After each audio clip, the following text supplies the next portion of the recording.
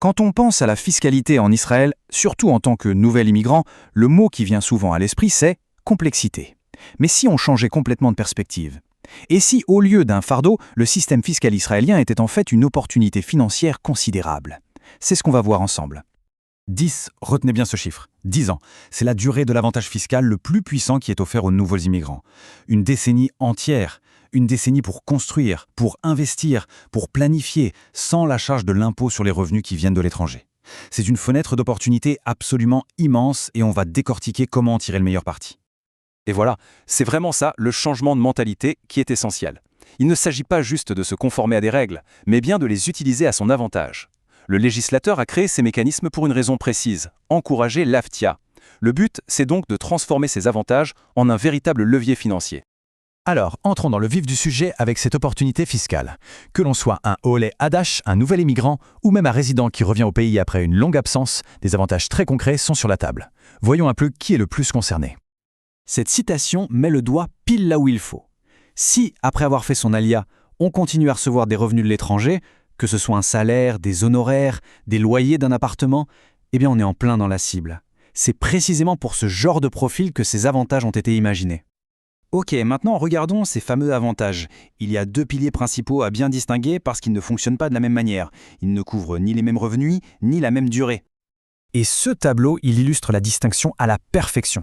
À gauche, on a les Nekudo Zikui. Pensez-y comme des points bonus qui viennent faire baisser la facture d'impôt. Mais attention, uniquement sur les revenus générés en Israël. C'est une aide précieuse, mais limitée dans le temps. Et à droite, on a le poids lourd, l'exonération de 10 ans. Là, c'est simple, ça annule complètement l'impôt sur les revenus qui proviennent de l'étranger.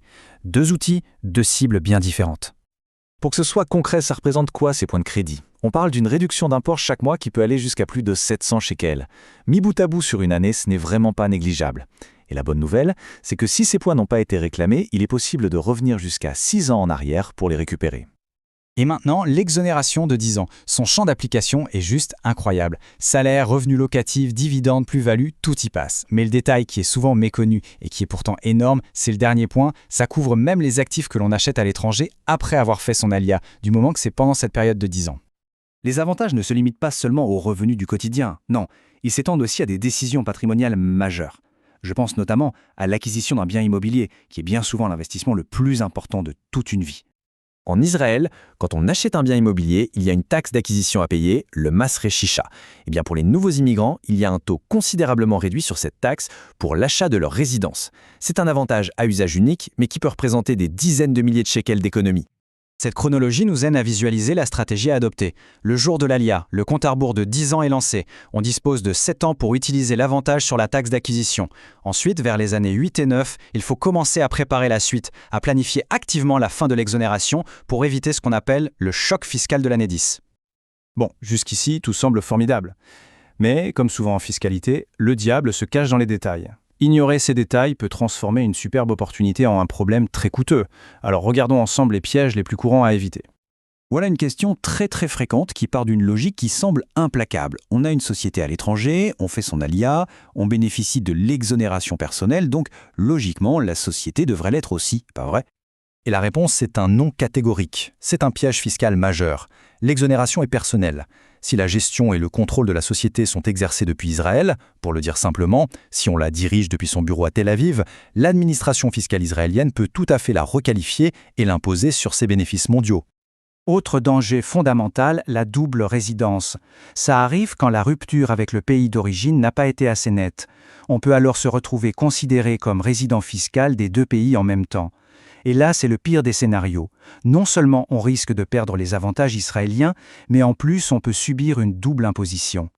Il existe une option qu'on appelle l'année d'adaptation, qui permet de rester non-résident fiscal pendant la première année. Ça peut être utile dans certains cas, mais attention, la décision est non seulement risquée, mais elle est surtout irréversible. Un mauvais choix peut coûter très cher.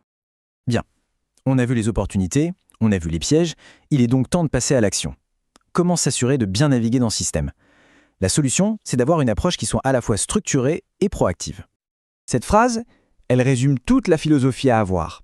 La stratégie fiscale ne commence pas quand on atterrit à l'aéroport Ben Gourion. Elle commence bien avant, dans le pays de départ. Anticiper, c'est la clé du succès. Alors voilà un plan d'action simple en 3 étapes claires. Premièrement, effectuer une rupture de résidence fiscale propre et bien documentée. C'est la fondation. Deuxièmement, faire un audit complet de ses actifs à l'étranger pour bien comprendre les implications. Et troisièmement, c'est le plus important, consulter un expert en Israël avant l'arrivée pour bâtir une stratégie sur mesure. En conclusion, cette période de 10 ans est une chance extraordinaire, mais elle n'est pas éternelle. Le compte à rebours commence dès le premier jour de l'ALIA. La question n'est donc pas de savoir si ces avantages existent, mais plutôt de savoir si un plan est déjà en place pour les maximiser pleinement et en toute sécurité. Le temps est précieux.